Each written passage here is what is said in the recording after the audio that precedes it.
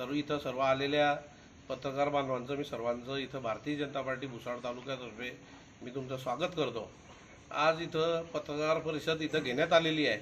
याचं कारण असं आहे की मागील 2 दिवसामध्ये वरंगाव शहरामध्ये काहीतरी आरोप प्रत्यारोप इथं तालुक्याचे लाडके आमदार संजय भाऊ सावकारे यांच्यावरती काही टीका करण्यात आली, बोलण्यात आलं व काहीतरी एक विशिष्ट प्रकारचं वातावरण तयार करण्याचा इथं या वरंगाव शहरात व परिसरात प्रयत्न सुरू आहे। याबद्दल कुठेतरी आपण बोललं पाहिजे, याला उत्तर दिलं पाहिजे म्हणून सर्व भुसावळ तालुक्यातील कार्यकर्त्यांचं म्हणणं होतं की आपण सुद्धा आपली भूमिका मांडली पाहिजे। या हेतूने आम्ही आजची पत्रकार परिषद आज बोलवलेली आहे। काय काय उत्तर देणार आहे, कुठल्या प्रश्नांचं खंडन करणार आहे तुम्ही? काय आता मागील या 2 दिवसाच्या आधी या सदरच्या काही बैठक होती म्हणता वरंगावला। त्या बैठकीमध्ये माझ्यावरती आरोप करण्यात आला की मी एक कंत्राटदार आहे आणि कंत्राटदार असून माझ्या काहीतरी रुग्णवाहिकेमध्ये चोरी झाली होती आणि या चोरीमध्ये माझा सहभाग असण्याचा असा काही त्यांनी दाखवण्याचा प्रयत्न केला की कसा गुन्हेगार मीच आहे। याबद्दल जे आमचे मित्र आहे प्राध्यापक जतीनजी मेळे यांनी तिथं माझ्याबद्दल बोलले आणि विधानसभेच्या काळात सुद्धा विविध प्रकारच्या सभा झाल्या, या सभांमध्ये सुद्धा यावरती विविध प्रकारचे नेते बोलले होते, त्याला मी उत्तर सुद्धा दिलेलं होतं। तर तो प्रकार असा आहे की मी आता नव्हे तर मी माझ्या लग्नाच्या आधीपासून कंत्राटदार या व्यवसायामध्ये दीपनगर येथे मी कार्यरत आहे। मी आधी या दीपनगर येथेच राहत होतो। यामुळे माझा पोट भरण्याचा धंदा जो आहे हा कंत्राटदार आहे आणि कंत्राटदार हा व्यवसाय हा कोणताही 2 नंबरचा व्यवसाय नाही आहे, हा 1 नंबरचा व्हाईट असा व्यवसाय आहे। आणि दीपनगर येथे कंत्राट जे मिळतात हे प्रणालीद्वारे मिळतात। इथं सर्व प्रकारचे टेंडर निघतात, या साईडवरती टेंडर भरून नंतरच आपल्याला ते टेंडर मिळले जातात आणि कालांतराने आज तुम्ही बघा की माझ्याकडे जे पूर्वीचं प्रमाण जे कंत्राटचं होतं आज ते प्रमाण कमी झालेलं आहे। मी जर एवढा मंत्री साहेबांच्या जवळचा असता तर आज जे माझं टर्नओव्हर ते 2-3 कोटी रुपयाचं टर्नओव्हर होतं दीपनगरमध्ये, आज ते 60 लाख रुपयावर आलं नसतं।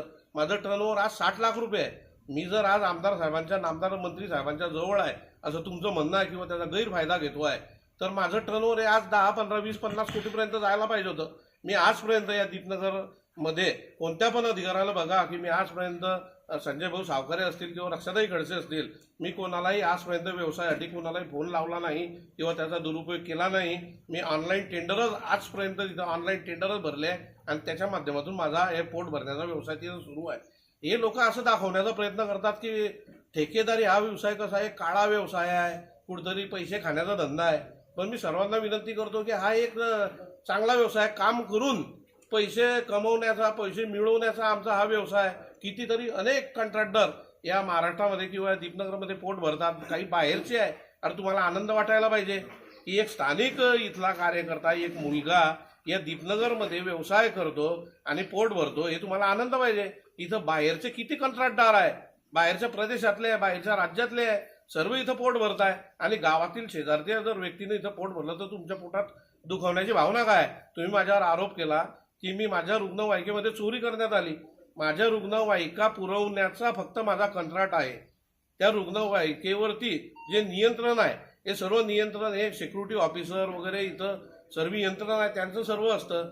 तर त्याच्या रुग्णवाहिकेमध्ये ज्या आमच्या ड्रायव्हरने चोरी वगैरे केली असेल त्या प्रकारचा गुन्हा दाखल केला आहे। मी सुद्धा पोलीस स्टेशनला अर्ज दिला होता की याच्यावर कार्यवाही करण्यात यावी, परंतु त्या साहेबांनी सांगितलं होतं की हे काम तुमचं नाही, हे प्रशासनाचं काम आहे, म्हणून प्रशासनाने त्याच्यावरती गुन्हा दाखल केला आणि त्या प्रकारची तिथं आज कोर्टात केस सुरू असेल, चालू आहे। आम्हाला त्या कोर्टातून मला सर्व त्याचा न्याय पण मिळालेला आहे, मला ते गाडी परत मिळाली आहे। माझा त्याच्यात कोणत्याही प्रकारचा संबंध नाही। तुम्ही चौकशी करा की कंत्राटदाराचा त्यामध्ये कोणत्याही प्रकारचा संबंध नसतो। म्हणून जतीनजी मेळ्यांना मी आवाहन करतो, विनंती करतो की साहेब तुम्ही जरा अभ्यास करा आणि तुम्ही बोलता कोणावर आहे की बुवा ठेकेदारांनी भाऊंच्या शेजारी नसावं, पदाधिकारी नसावं, मग कोणी पदाधिकारी कंत्राटदार नसवा का? त्यांनी पोट भरायचं नाही का? त्यांनी मग का चोऱ्या करायच्या? चोऱ्या करून पोट भरायचं का? इकून तिकून खायचं, इथून काय तिथून काय? तुम्ही कोणाला शिकवताय? तुम्ही सुद्धा आज सुद्धा तुम्ही म्हणता की मी निष्ठावान भाजपचा कार्यकर्ता आहे।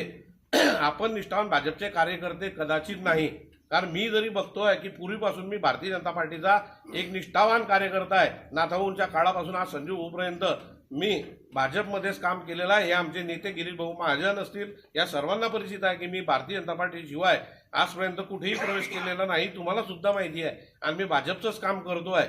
म्हणून आपण जे जतीनजी मेढे सर, आपण एक न्याय विभागाचे, मला वाटतं महाराष्ट्र राष्ट्रवादी काँग्रेस पार्टीचे न्याय विभागाचे काहीतरी तुम्ही प्रदेश सरचिटणीस आहात आणि तुम्ही बैठकीला कोणत्या येता? भारतीय जनता पार्टीच्या बैठकीला येता.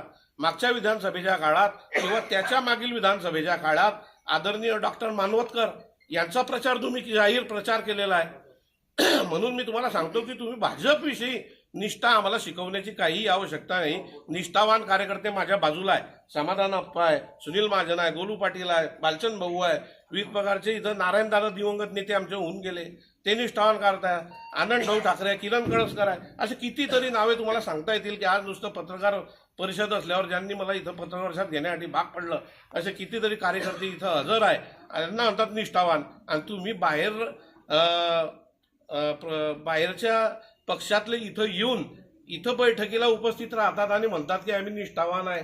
अशी कोणती निष्ठा आहे? आता आपलं पत्रकार बंधूंनी किंवा मंडळींनी सांगावं असं मला वाटतं. काय घडलं की त्यांना सुनील काळेकडे जावं लागलंय?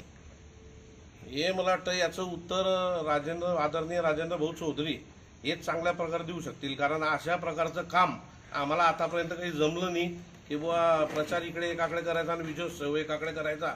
म्हणून त्याचं उत्तर तर तेच देऊ शकतील की त्यांच्या मनात काय होतं. तुमच्यावरती दुसरा बी आरोप केला जातो, जे रिंग रोडचा रस्ता आहे त्याच्यावर जी मलई त्या ठेकेदाराने खाल्ली असं वारंवार बोललं जातं. नेमकं काय हा प्रकार काय आहे नेमका? रिंग रोड जो हा आहे, आपल्या तालुक्याचे नामदार संजय भाऊ सावकारे यांच्या माध्यमातूनच इथं मंजूर करण्यात आलेला आहे. त्याचसोबत मच्छिंद्रनगर परिसरातील जे कॉलनीतील रस्ते होते हे सुद्धा मंजूर झाले. परंतु यावरती निधी नसल्यामुळे निधीचा म्हणजे निधी शासनाकडून मागणी करावी लागते, नंतर तो शासनाकडून निधी येतो. तर यावरती निधी न होता किंवा आमच्याकडे पैशाची कमतरता होती, यामुळे सदरचा जो रिंग रोड आहे या रिंग रोडचं काम अजून पूर्ण झालेलं नाही आहे. याचं फक्त WBM आणि BBM हे झालेलं आहे.